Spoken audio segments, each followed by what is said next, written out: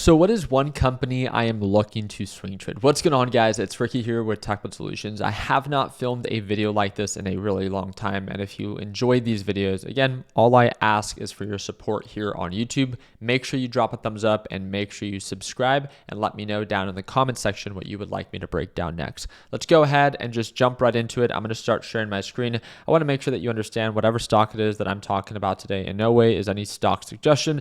This is 100% my opinion. And again, I just want to break down what I would need this stock to do and what I'm looking for this thing to be something that I would consider to meet my criteria for a swing trade. Again, let's go ahead and just jump into my screen. So overall, NASDAQ market was selling off today. We took a really nice position on SQQQ. Today's Friday, September 15th. I'm not too sure when I'm going to upload this video, but 27K is what I closed SQQQ with, and then 4K on the day on TQQQ, altogether for a whopping $31,000 on the day. So the stock that I'm going to be talking about today, that I'm going to be breaking down is, again, if you're part of my LPP team, you know exactly what I'm talking about. This is something that I like to swing trade from time to time, or I like to short when it's at overbought levels. It's kind of my, you know how like TQQQ and SQQQ are my bread and butter daily. Anytime American Airlines approaches $12 a share, it's my bread and butter. Anytime that it approaches $16 to $17 a share, it becomes overbought. I like to sell at those levels, and then I like to get ready to open a short position if my criteria is met. Now, let me explain, right? So American Airlines recently came from a really nice rally. It peaked at highs of, what is that, nearly $19 a share, and now it's pulling on back. The setup that I'm talking about is, again, you don't need to agree with me, but this is what I tend to see happen. It tends to consolidate within the range of around $12.50, just like I said, right? Common support level here, common support level here, common support level here. It's not perfect, but common support level here, common support level here. We're approaching it. This is why I'm making the video. Common resistance range is right around $15 to $16, just like I said. Sometimes it does exceed that, again, depending on conditions, but around $15.50, resistance here, resistance here, resistance here. It surpassed it, but then eventually got rejected. Resistance here. It surpassed it, but eventually got rejected. Resistance there, right? In a perfect world, right? If I was a perfect trader, which I am not, right? At overall lows to overall highs, you could see 24, almost 25%. This is why I find it to be attractive. Now, one of the first things that I want to share with you is when it comes down to taking a swing trade on American Airlines, I never tried to go beyond a $50,000 position size. Again, for those that know me, when it comes down to trading SQs or TQs, I can sometimes open a position of $500,000, right? $500,000.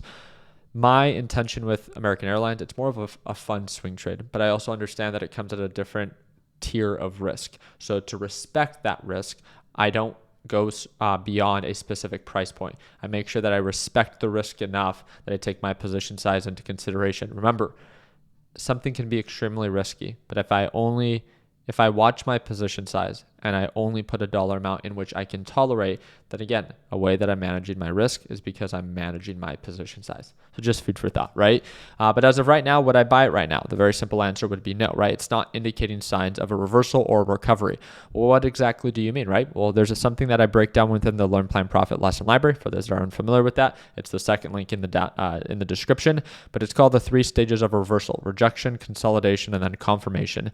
Obviously, I want to make sure that I put my money in something that is showing signs of growth, but that's also a good deal. That is on that confirmation stage, which we definitely don't have right now. So if I were to ask you, is this in the rejection, consolidation, or confirmation stage? A lot of you guys might be saying rejection stage. And I would agree with you, right? We're showing signs of consistent lower highs and lower lows. And why would I want to put my money in something that is continuously showing signs of it selling off and losing value? Very simple. Don't try to predict the bottom of something. Wait for it to really present itself to you where it's actually beginning to indicate signs of a recovery, right? When we take a step back, it's very easy to see. Yes, this does have potential for it to recover. Great. Just because it has that potential doesn't mean that it's going to happen right away.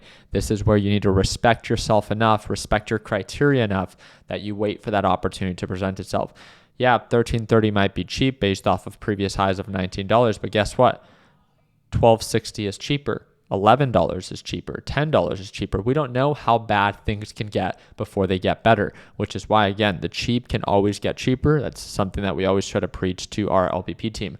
One of the things that I want to make you aware of is, what is causing some of this selling pressure? American Airlines and Spirit / guidance. It's more turbulence for the sector. So pretty much overall expectation for up and coming quarters, they have a lower expectation, right? So American cuts is substantial one. American cuts are substantial, driven by higher labor costs following its pay agreement with pilots. Again, I don't know if you guys remember that, but there's about to be a pilot, right, for planes. A pilot, pretty much like what is it called when all these employees pretty much go on strike, right? I think that's what it's called, but pretty much saying that they won't go to work if, again, this pay agreement is not met, and essentially it's eating into their net profits, right? So overall guidance has been lowered for something like American Airlines and also for Spirit. If we look at Spirit, that's ticker symbol SAVE. For all those people that like to fly Spirit, Spirit's just kind of been all over the place. Direction is a little bit less clear. It's more bearish. American Airlines is my preferred one based off of the one that I like to trade and how I like to trade, right? Just because I see value in it does not mean that you need to, and I want to make sure that I remind you of that. But in a perfect world, I would like this thing to begin to sell off even closer to $12.60. As you can see, I don't have an open position in it right now. I want it to begin to consolidate, and then I would wait until it actually begins to indicate signs of a recovery. So once we get that confirmation of the break above the EMA, and not just the break above, but I want to see progress above the EMA. Remember, I'm not a perfect trader. You aren't either, right? So let's not pretend like we are. We have 25% margins to work with. Even if I capture half of that, that's still a successful swing trade. So I don't like to overcomplicate my trading. I don't like to pretend like I'm perfect. I don't like to be greedy. I like to wait for confirmation. Once that criteria is met, then I'll average into my position. Out of the 50K that I might intend to, put into this swing trade, I might originally go in with 5 or 10K. I like to size down. And if I still get that confirmation and direction looks favorable, then I'll add more to it in increments as long as the upside outweighs my downside risk, right? At some point or another, the goal might be to be in with 50K, but if I'm only in with 30K and it's already too close to the resistance, then I'll just leave it at 30K. Remember, it's not that serious. The whole focus is to make sure that every move I make is calculated, and that at the end of the day, that my intentions are calculated as well, right? So as we begin to get closer to the resistance around 1550, again, that's going to be something that I'm going to have to pay attention to. Patterns tend to repeat themselves. They don't always have to. Yes, next time it could go up to $19 again, but at the end of the day, I'm not here to try to make it or break it. I might even just consider locking in profits if I see any indication of a resistance. The previous time it got rejected at 1730, so I might leave a portion of my position open, right? I might sell half, I might sell 75% of my trade, but at the end of it, I can leave 25%, and if direction still looks favorable, I'll leave that 25% to run up until it actually sees a break of pattern or we reach very overbought levels where I can therefore end up locking in profits. But the whole idea is to identify an opportunity. Great, we did it. Now you ask yourself what I need it to do for me for it to be an eligible swing trade. For me, I need that confirmation, right?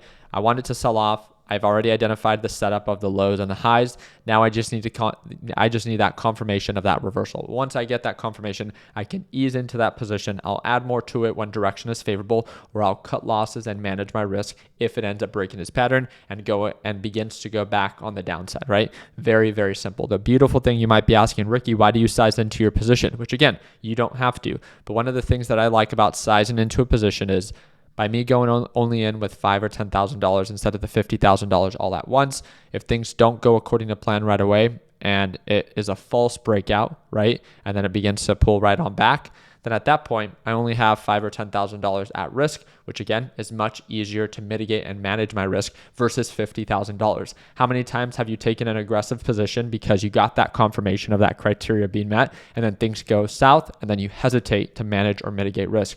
Remember, it's just about putting yourself in a position in which you can tolerate and that you are still effective and efficient in.